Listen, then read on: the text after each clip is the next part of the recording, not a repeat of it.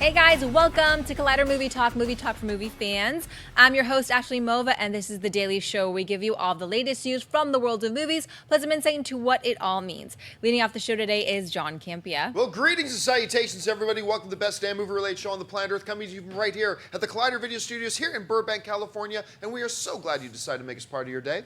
Also here, David Griffin. Hey, what's happening, everybody? David Griffin's here. I'm on the wrong set again. I'm sorry. I keep getting lost. Thanks for having me on Movie Talk. Also here, Jeremy Jahns. I'm wearing a Joker shirt. He's wearing a Batman shirt. This is a pretty solid dynamic duo, if I do say so myself.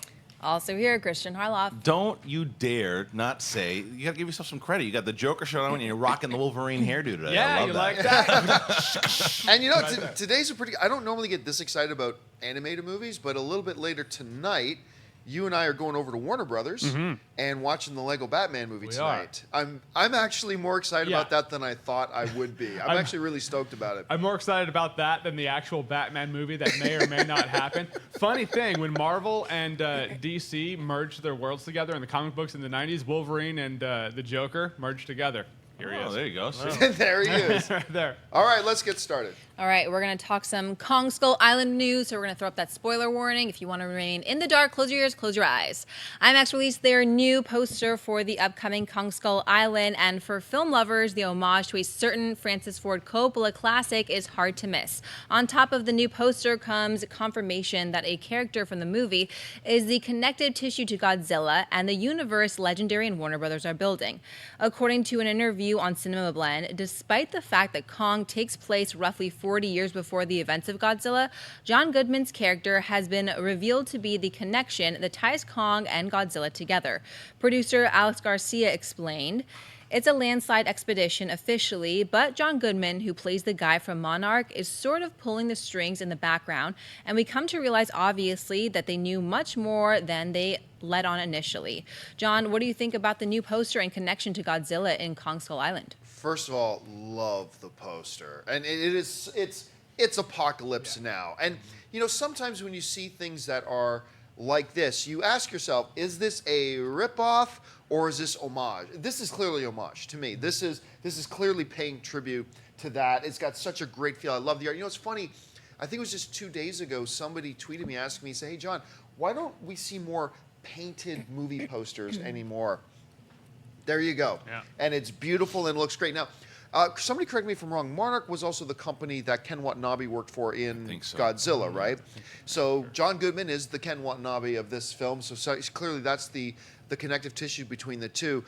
Look, I'm looking forward to King Kong. I've been really impressed with the trailers.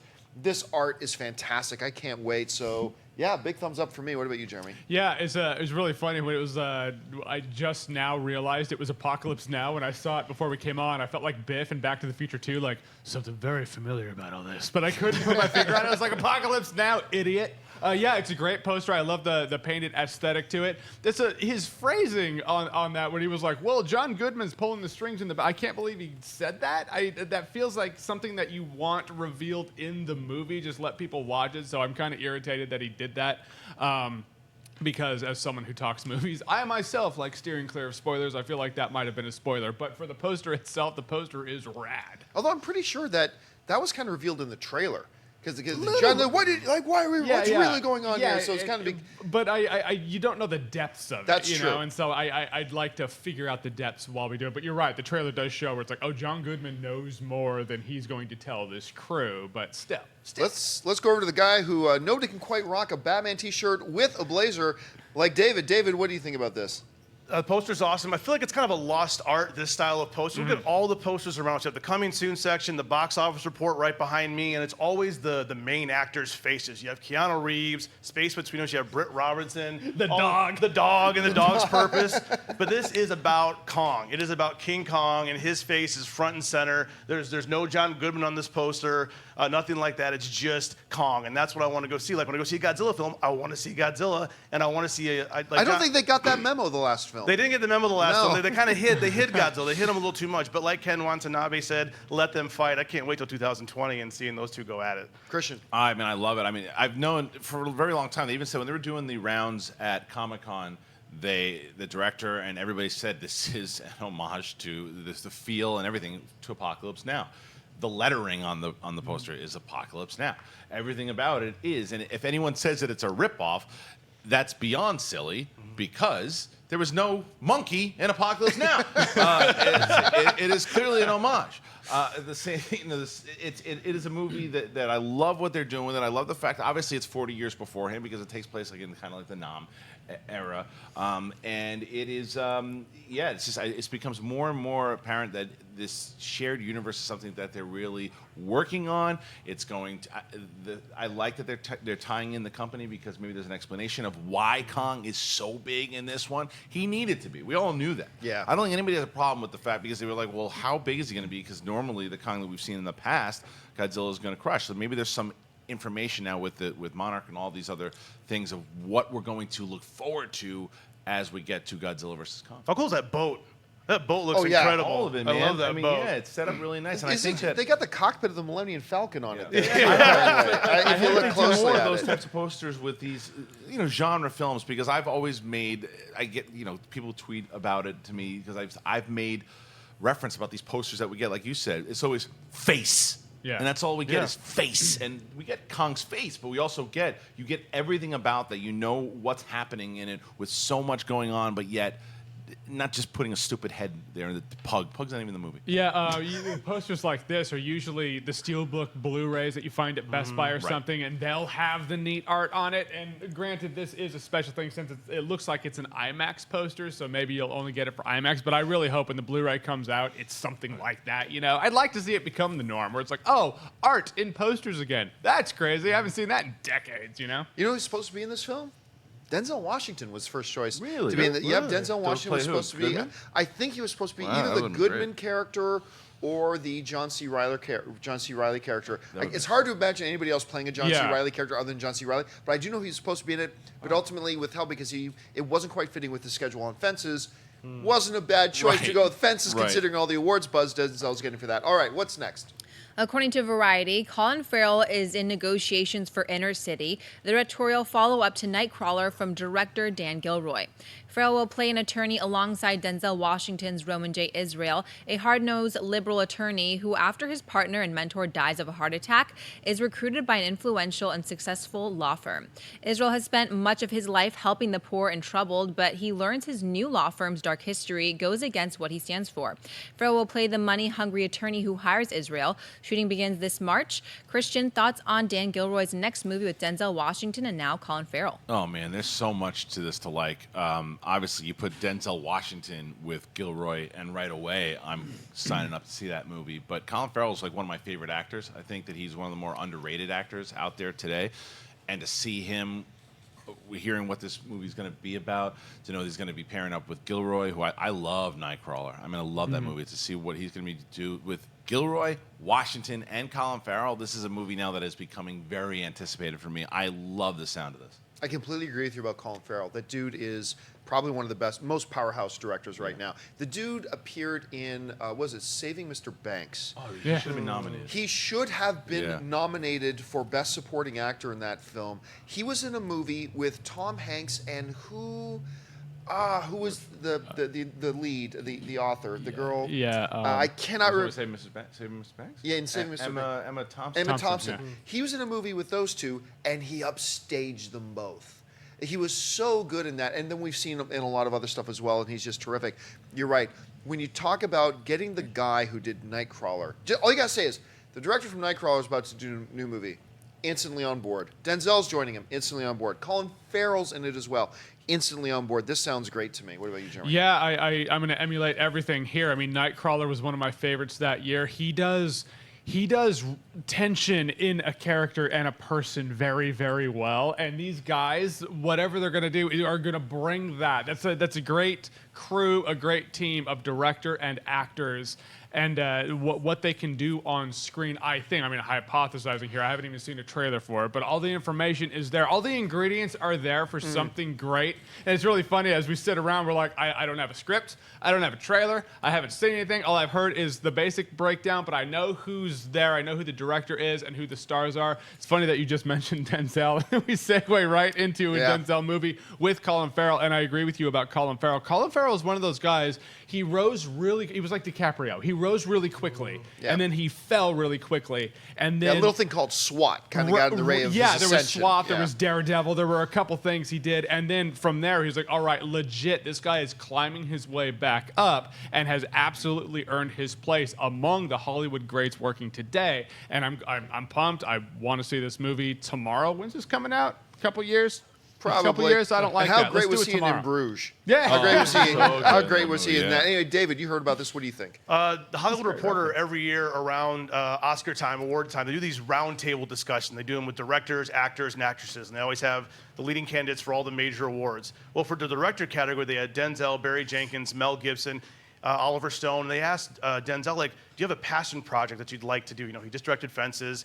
And Denzel's like, no, I'm not at that level as a director where I have passion projects, but I do have this script from Dan Gilroy called Inner City, and I am so excited to play that. So he is in this 100%. And also Colin Farrell, he was my favorite part about Fantastic Beasts and Where to Find Them. Yeah, he was He great. was so good in that role. I mean, he's even when he's not at his best, sorry, TV talk, TV reference, in True Detective Season 2, He was which great was a in that. letdown, he was my favorite part of True Detective Season 2. So even when he's not at his best, he's still good. Of course, The Lobster this year. This is going to be like a must-see opening weekend when this comes out. Now, is it just me, or does the description of this film it does sound a little bit like Tom Cruise's The Firm? Does it not?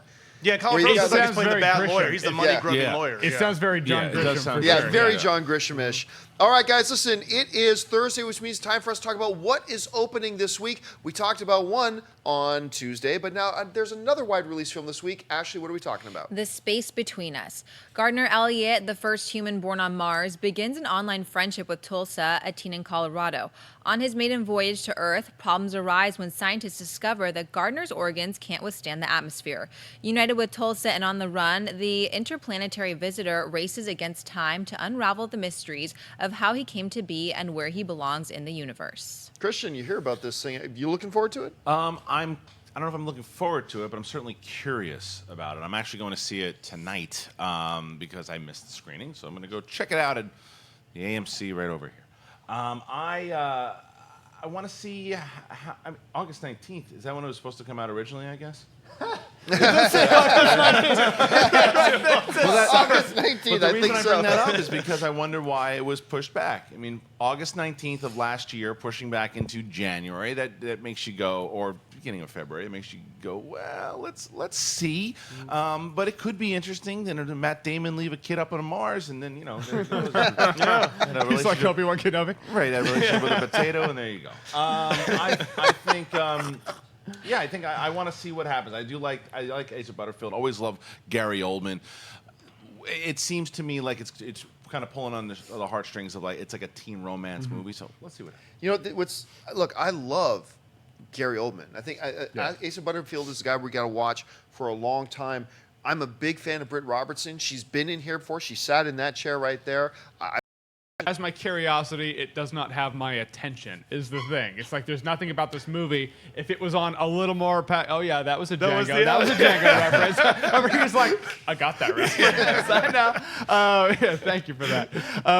Yeah, there's if it came out in a weekend, any other weekend that didn't have Rings going up against it, and that's it, it would be the thing where it's like, oh, I don't have time to review 5 movies. I can only review 4 or 3. It'd probably be the one that slips under. But hey, it's an open weekend this weekend with 2 movies coming out, so I'll probably catch it, but it's not something I'm like, oh, dude, that movie. But it does have talent. If you look at the poster, and you're like, oh, that name, that. Oh, rad, this is going to be great. But we'll see, because it is pulling at the heartstring tween romance, and that's generally speaking not something that makes me go, ooh, let's go watch that. I'm going to give you guys an over-under right now. I've just been informed of this. Okay, so there is a Rotten Tomato critic rating. Oh, there is. For this film up right Alrighty. now. I'm going to give you an over-under, all right? Okay.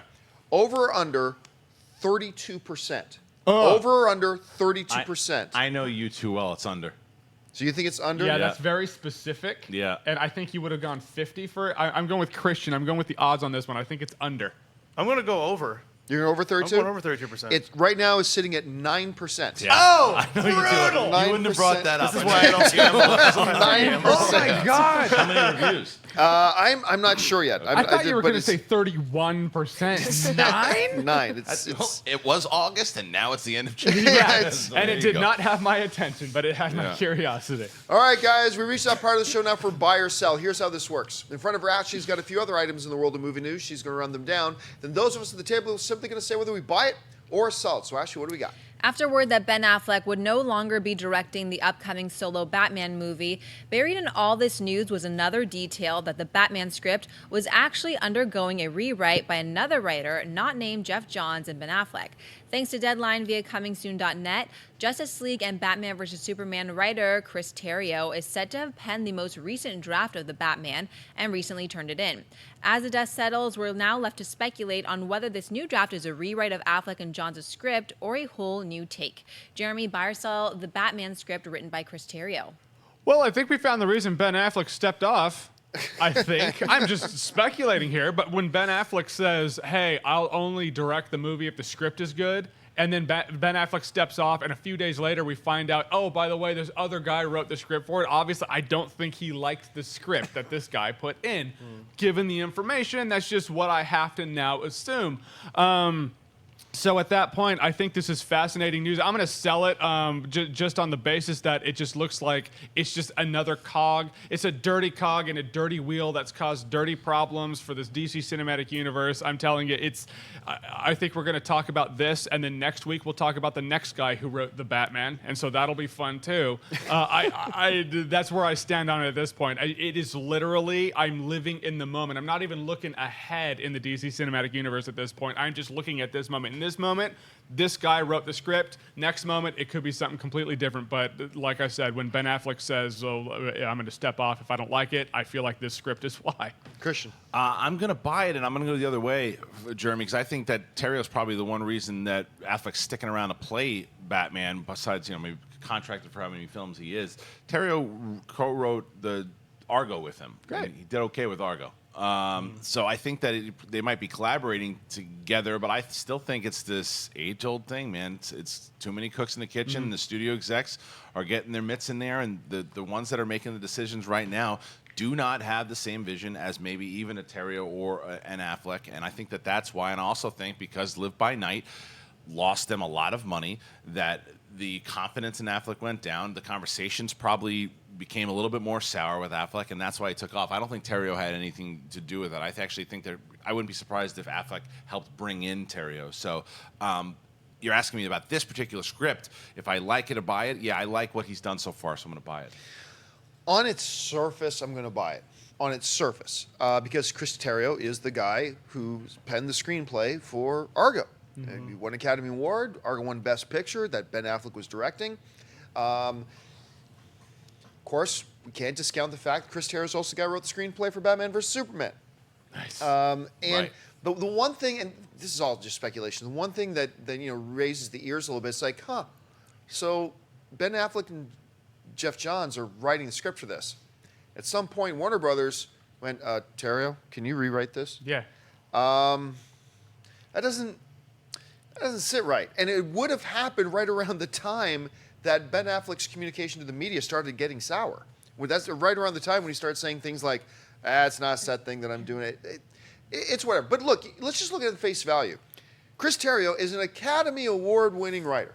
Regardless of what we thought about Batman vs. Superman, let's put that on the shelf for a second. He's an Academy Award-winning writer. And if we just, in a vacuum, forget Ben Affleck's involvement, forget Jeff Jahns, forget everything else. In a vacuum, we hear the news. Chris Terrio, Academy Award-winning writer, writing a script for Batman. On that face value, I've got to buy it. Anyway, David, what do you think? I gotta sell it because I guess I'm just getting tired of hearing all this speculation, all this news. It's like we did movie talk last Friday with Dennis, and he was saying before we went on, he's like, well, this is kind of boring news. We got Black Panther starting production, a movie starting production. That's just kind of whatever. But then you kind of think about it for a little while, and it's like, yeah, Black Panther is just going in production. It's just another day in the office. It's just doing what it's supposed to be doing, as opposed to being like, oh, Jeff Jahns, who's this great comic book writer, one of my favorites of all time, kind of rebooted the Green Lantern series in the comic book universe. you know, and you have Ben Affleck who's very passionate about it. And, you know, Jeff Johns is like the co-head of DC Entertainment now, and now it's like, oh, this wasn't good enough. We're going to bring somebody else in to rewrite it. And it just kind of saddens me. Like, I hope this isn't a bad sign going forward. I want to believe the best. I want to hope this is going to be a great film. It's going to reignite the DC universe. But I don't know. I got to sell it. All right, what's next? New Line has released a new Red Band trailer for Fist Fight. Charlie Day stars as a mild-mannered high school English teacher, Andy Campbell, who on the last day of school crosses the school's toughest and most feared teacher, Ron Strickland, played by Ice Cube, causing Strickland to be fired. To Campbell's shock, Strickland responds by challenging him to a fist fight after school. Fist Fight also stars Christina Hendricks, Dean Norris, Jillian Bell, and Kumail Nanjiani. It opens in theaters on February 17, 2017. David, buy or sell the new Red Band trailer for Fist Fight. Oh, wait, David, just before you begin, quick update, breaking news, just got this in. From 10 minutes ago, the space between us has dropped to 8%. Just wanted to update everybody. Just wanted to update everybody. Asa Butterfield just put his review up. Poor Asa. David, His life sorry could have about been that. different if he was Spider-Man. I'm going to buy this trailer. I wasn't buying it before with the previous trailers, but this Red Band trailer sold it for me. I was laughing hysterically this morning when I first watched it. I love the comedy. I thought it was just going to be about the fist fight. Like, it's going to be able to fight at the end. It looks like the kids are involved. They're driving the teachers crazy. It's this horrible, out-of-control school. Ice Cube. Ice Cube. I always get afraid when I say Ice Cube. I was going to say Ice-T. Ice-T, Ice Cube. Very different. I And you know. just did. I just did. Ice Cube is tearing things up, and he's angry at Charlie Day. I have a feeling they're going to team up at the end and get the school under control. Jeremy. Yeah, I'm buying the trailer too. At first, I was like, the first couple trailers, I was like, whatever. And you watch this trailer, this is absurd. So this premise would never happen. That being said, a couple of 30-year-olds would never be able to infiltrate as cops in a high school anyway, and it worked for 21 Jump Street. So it's an absurd movie, but it looked funnier in the Red Band trailer than it looked before. I chuckled a few times. If the movie just makes me walk out going, I enjoyed it, that's fine. It doesn't have to be the greatest comedy of the past few decades. I just want to enjoy myself. It looks like I might be able to enjoy myself. I'm buying it. I thought this was the stupidest sounding movie, This like side. maybe in the history of film. I'll say it sounded like it would be an 8-minute Saturday Night Live sketch. I buy the trailer. Made me laugh. I mean, look, you can give a fair criticism of Ice Cube as a performer. Actually, Dennis and I got to go down and hang out with Ice Cube for an afternoon once, and said he was doing some stuff with us when we were still over at AMC. You could criticize him and say he's kind of a one-trick pony. He's got one thing. Right. If he's in a movie, he's going to be the same guy. But you know what? God bless him. He's good at that. Because it works. Whether it's in a 21 Jump Street. But that scene in the trailer is like, Charlie, look, no, it's a new coffee machine. Just tell it what you want. It gets it.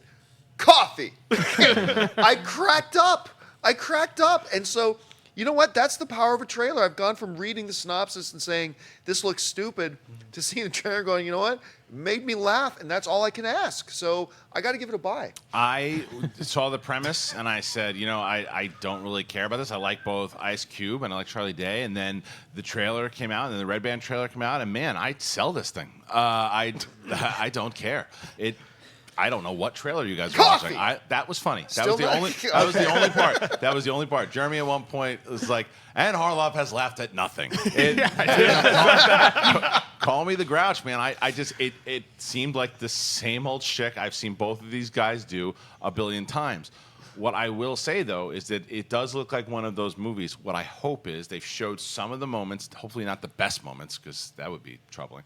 But if they showed, this could be a movie that I wind up going, was I wrong? Because I laughed hard. Because I don't dislike either one of these guys. I actually root for both of them. I think that they had, Ice Cube was tremendous in both those 22 Jump Street movies. Charlie Day is someone who hasn't popped as a lead yet, but he's another likable, funny dude. They have a good cast around them.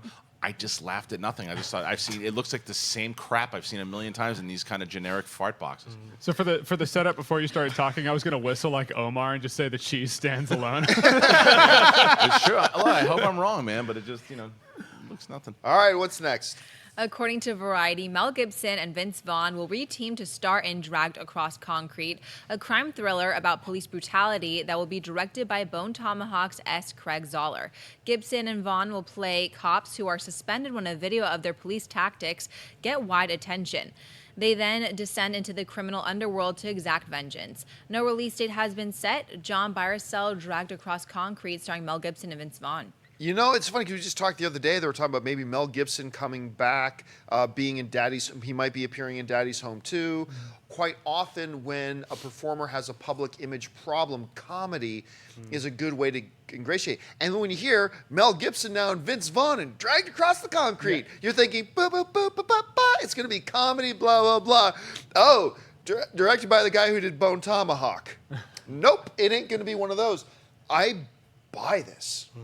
I buy this. And, you know, not one of my favorite film of 2016 was Hacksaw Ridge. Vince Vaughn reminding people that before he became the comedy guy, he was seen early in his career as the next big powerhouse dramatic A-list actor. Didn't work out that way. He got into comedy, and clearly that worked out for him pretty well. But now he's back into something like this. Mel Gibson playing this type of role in this kind of a movie with the director of Bone Tomahawk.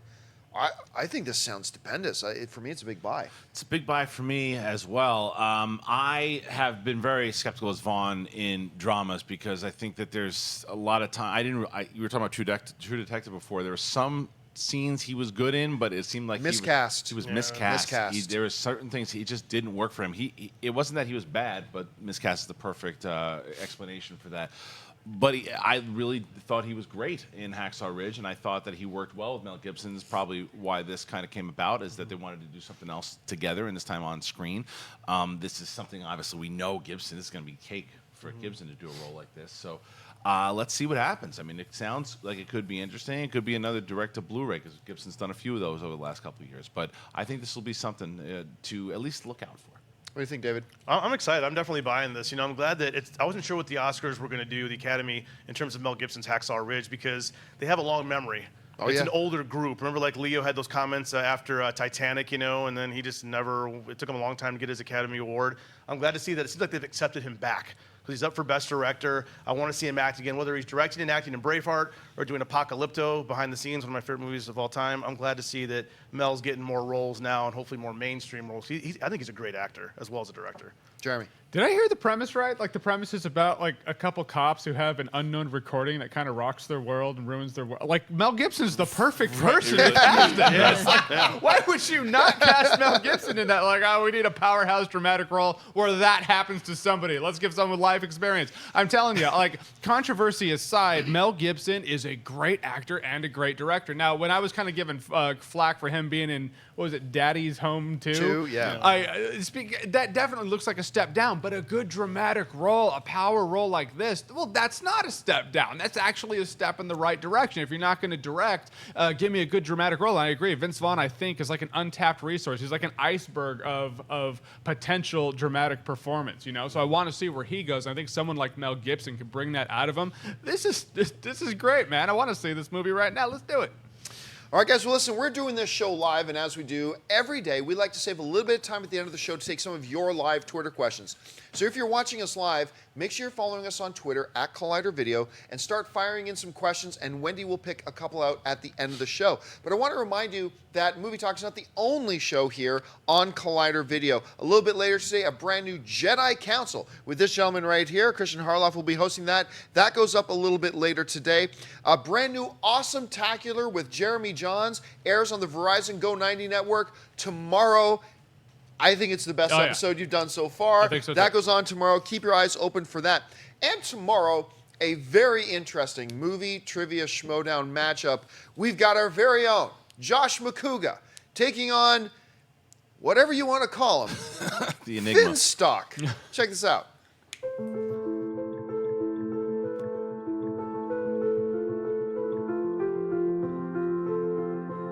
Dude, come on. We're the mega powers. Come on. Do it.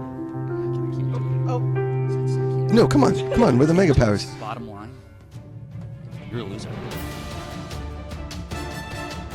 If I lose to Finstock, I never deserve to be on camera for the Schmodown again. Look, my presence is a presence, and it brings presents, and those presents are belts. All right, so that Oh, man. That match goes up tomorrow. Keep your eyes open for that. All right, guys. We reached the part of the show now for mailbag. Listen, if you got a topic or a question you'd like us to address on the show, just email us anytime at collidervideo@gmail.com. Ashley, what's in the mailbag today? Hillary writes, greetings from Canada. Just a quick question I thought of and was hoping you could provide some clarity on. Let's say Beauty and the Beast is as good as we're all hoping it will be, 200 million for Ellis, and its soundtrack is exceptional. How will that work come Oscar season? The category is Best Original Song. Technically, the songs, unless there's new ones, aren't original to the movie, but they're original to the project. So are they able to contend for the award like they did with the original or not? Thanks so much for all your hard work, guys. You're always a great part of my daily routine. It's an excellent question. I believe, and we'd have to have somebody do some fact checking on this. I believe you kind of answered the question yourself. The category is Best Original Song. So I kind of think that any song in Beauty and the Beast that is taken from the original animated film will probably be disqualified and won't be there. Now, maybe they'll do one of those things where they, on top of the original songs, they may throw in one or two of their own original pieces. If that happens, those films do qualify to be in contention. However, the other songs like Tale as Old as Time, that ain't going to be in there, I don't think. Do you guys have any other thoughts on that? I think you vanilla ice it, man. You put that little ding in there. It's no longer under pressure. It's now ice, ice, baby. You do what you need to do. You call it something completely different, but I think you are right. I mean, if they're going to actually have the song, and it's from the song that was from back in the day from the original Beauty and the Beast, you can't do it. But I do wonder if there is a way where you can tweak a note here or there and make it work. I have no idea. They'd have to create the best rendition category because it's not an original song. Oh, okay. I'll also get out. I'm with John. I hope they do some new music. Maybe a couple new songs that's thrown in there. I think that would surprise the audience and maybe, get an award nomination. Although for originality. I did forget about this. Riley just reminded me that Disney had already put out a press announcement actually saying Celine Dion is going to be performing an original song in this Beauty and the Beast. So we're getting a Titanic Beauty and the Beast crossover. Yes. Okay, no, very Yes. There's one hey, nominated for an Oscar before. Let's see what she can do in this one. And apparently Josh Groban will be singing it. So apparently on top of all the original stuff, there will be some brand new original songs as well, which is kind of cool. All right, what's next?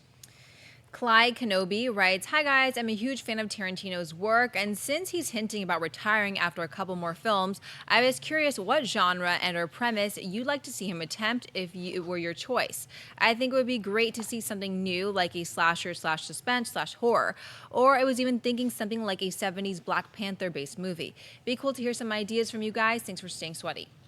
Yeah, Tarantino's retiring, just like Jay-Z was retiring, just like Kevin Smith was retiring, just like Tarantino wasn't going to make Hateful Eight. Yeah, I'll believe it when I see it. He's not going to retire. But as far as, I would really love to see him get out. I would honestly just love to see Tarantino do a straight-up comedy.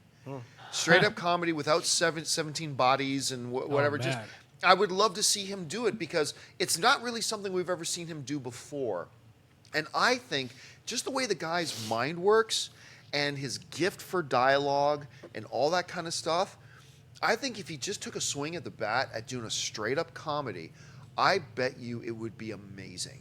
So that's something I would be very, very fascinated to see him do. What about you? Fantasy sci-fi. I want to see it. I would love to see a Tarantino fantasy sci-fi. I don't want to see him do anything with Star Wars. I mean, people have suggested it. He'd never be able to do the story group, and he'd have to make his own movie. But an original fantasy sci-fi Tarantino movie, yeah, but I agree with you. He won't retire. He'll take a break.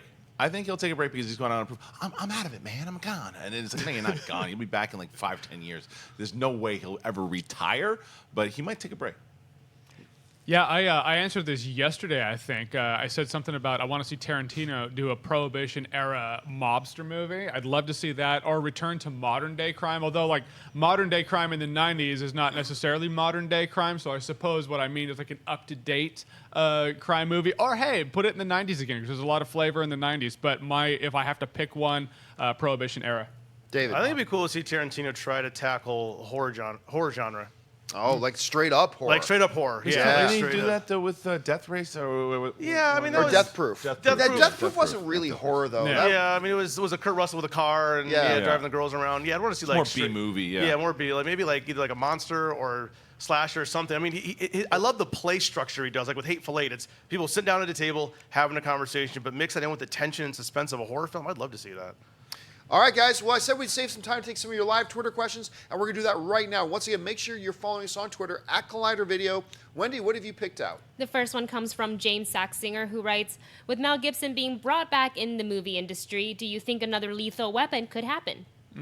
Well, not with the TV show. It would be a mistake. Yeah, with the TV show running right now, and who knows how long the TV show will run. I'm not criticizing. I haven't seen the TV show, so I don't know. It's good. Is it pretty good? I like it. With that happening, it would be I think it would be a mistake for him to go backwards like that. I think what he needs to do is do films like, not Daddy's Home 2, but he needs to do films like Dragged Across the Concrete. He needs to direct the types of films that he directs. And I think if he does that, I think that's the right course. Any of you guys think he should actually maybe look at another They Lethal Weapon? tried. Remember, I was at Silver for a bit, and it was Joe Silver's property, and Shane Black obviously that's what made his career. And they tried to get him to come back for 5, and he looked at the script. He had thought about doing 1, and it just never could happen. The studio was trying to get that before the TV show for a while, trying to get a 5th one make.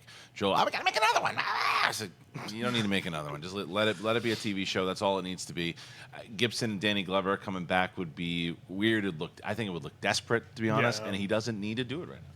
You know, let's not forget, number 4, Lethal Weapon 4, was a film that introduced North American audiences for the first time to Jet Li. Yes, sir. Yeah. Do either of you guys think he should do this? No, but I do remember, I reminisce back in the day when my brother was like, Jet Li's going to be so awesome. Like I was like, who the hell is Jet Li? And then I see the trailer, I was like, that guy's probably going to be awesome. And then, sure enough, that's how we got Jet Li. No, I think 4 was that last, like, okay, we'll do that, but on the pretense of, like, no more after that. I agree completely with Kristian. That was a perfect way to phrase it. It would look desperate. So just keep doing what you're doing. Just don't go Lethal Weapon. Yeah, I agree. Because isn't it in 4 they were doing the whole like, I'm too old for this. I can't. Yeah, So they did it now. Now they're really too old for it. So no. Also, Jet Li, I was angry when he got beat at the end because he was so just awesome in those fight scenes. Right. That was You cannot see Jet Li. Never in a million years. Not lose that fight. Yeah, they would Crystal Skull him is what they would do. Like so many old man jokes, you just don't need that. All right, what's next? Flex writes, now that we have Doctor Strange, do you think Marvel will explore the multiverse, and would you be interested? Yes. I think they will at some point. I don't want them to go too batshit crazy in that. Like, it worked in Doctor Strange because it was so new and it was so different. I think it loses some of that if you now just do everything starts to go in that way. Yeah. One of the things that got me out of comics for a long time was the notion of, and I know this isn't directly to the question, but it's kind of connected, was when they started introducing so many alternate realities and so nothing, when you got into that, nothing had any consequences anymore. When there's 616, but there's 615, there's 1632, and there's blah, blah, blah, and there's this reality, and this dimension, and that dimension. It's like, it opens the door for some creativity, but it takes away the interest for me as a reader because nothing has consequences. It doesn't matter if this version of this character is something. You could give me another issue with another version of another character from another reality or whatever next week, and it could be something totally different.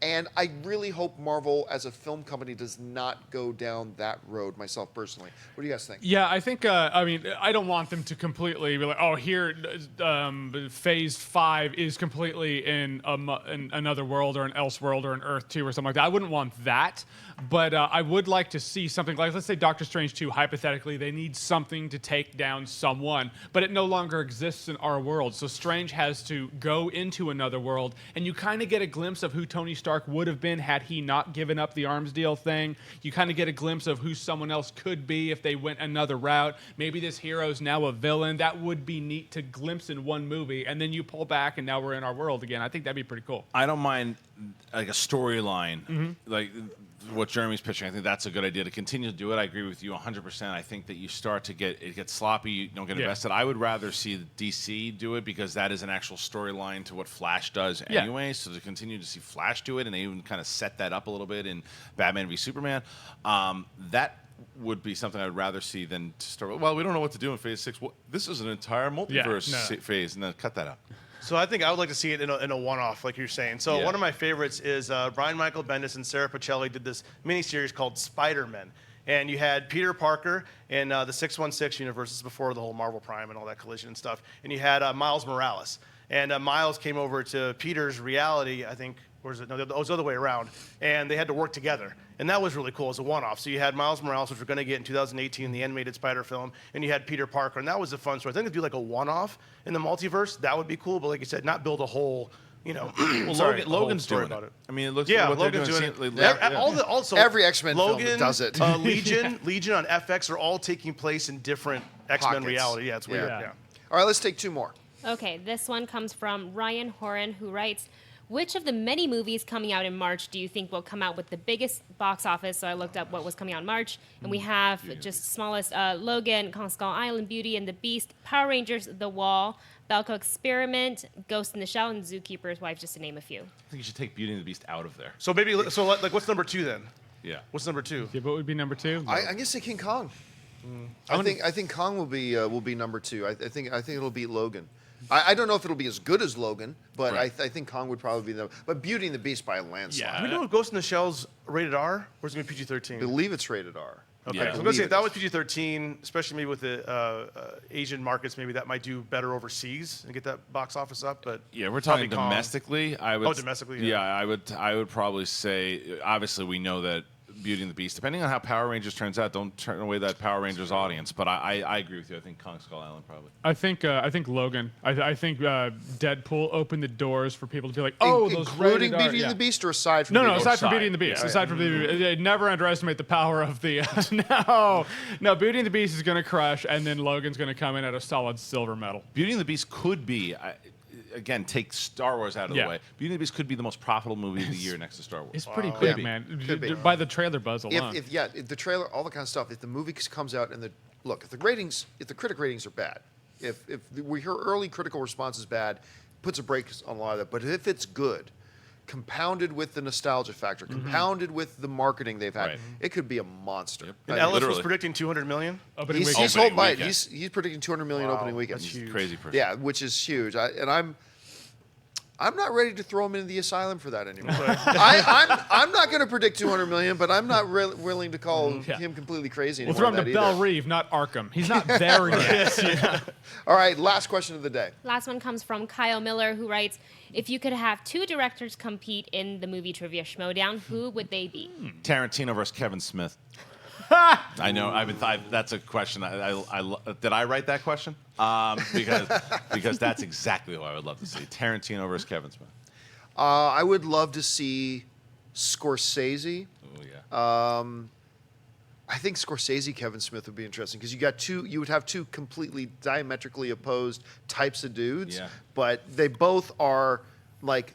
Don't be fooled by Kevin Smith's like the geek and nerd persona. Right. The dude's a historian of Hollywood, and so is Scorsese. So to see those 2 go would be amazing. Well, it'd also be interesting to see an inner geekdom match between Joss Whedon and J.J. Abrams. Oh, that would be. That'd be pretty fun. I would say Tarantino and Robert Rodriguez, That's just a good because one. they're pals also, Yeah. and that's always fun to see them go head to head. I like to see Spielberg and Coppola. Spielberg versus Yeah. Coppola. Oh, dude, you're going class right there. That's The old school guys. Yeah. That would be I like that. amazing. Yeah. Like your flavor. All right, guys, so that'll do it for us for This Installment of the Movie Talk. Thank you so much for joining us. Listen, don't forget the most important part of the show is what do you think about all the topics that we talked about today? Jump into the comments section and get the discussion going. I want to thank the guys sitting at the table with me. First of all, Mr. David Griffin. David, where can people find you online? If you're wondering, what are you doing here? I'm usually on Collider TV Talk on Monday, so look for me there. I'm also on Twitter and Instagram at GriffinDE. And you are also on Jedi Council today. I'm going going to to be on Jedi Council. I'm making the rounds today. Sure, I'm love getting it. close. It's not your debut. You've been on council. I've been on a few times. Yeah. Yeah, and also, of course, one of our hosts of the Rebels. Rebels, recap yeah, shows. coming back February 18th. We'll be back. Mr. Jeremy Johns. That man has more jobs than he knows. He's like, that's right. right, that's right. You can find me at Jeremy Johns on YouTube, Twitter, the rest of the internet. You can also find me on my Verizon Go 90 show, Awesome Tacular, on the Verizon Go 90 network this Friday. It's a crazy episode, like John said. It's definitely my favorite one we've done so far. This is a good direction. Be there. Ready over here, of course, the host of the aforementioned Jedi Council, Mr. Kristian Harloff. Where can people find you? Well, obviously, Collider Jedi Council. That will be up a little later today. And John mentioned the movie Trivia Schmodown dropping tomorrow. You can find me, Kristian Harloff, Twitter and Instagram. But what I will say, I'll say this here. I know I've announced it on Twitter, but we are doing our version of the Schmodown. We're doing our version of the Royal Rumble, which will be called the Schmodown Free-for-All. That will air in the end of April sometime. 30 competitors in one match. Whoever wins gets a shot at any title they want. It's going to happen. 30 competitors in one match. Sitting over there, we got Ashley Mova. I still want to see that cage match. You got that coming up? I haven't announced that yet. I haven't talked about that yet. Yeah. All right, Twitter, Instagram, Snapchat, Ashley Mova. Happy Thursday, guys. And of course, Wendy Lee. On YouTube at The Movie Couple Channel, and on Twitter, Instagram, Snapchat at Wendy Lee Zaney. And of course, you can follow me on Facebook and on Twitter simply at John Campea. That'll do it for us, guys. Thanks so much for joining us, and until next time, bye-bye. Hey guys, if you like this video, click the thumbs up button. Also, make sure you subscribe to our YouTube channel. It'll help you stay up to date with everything we've got going on here at Collider.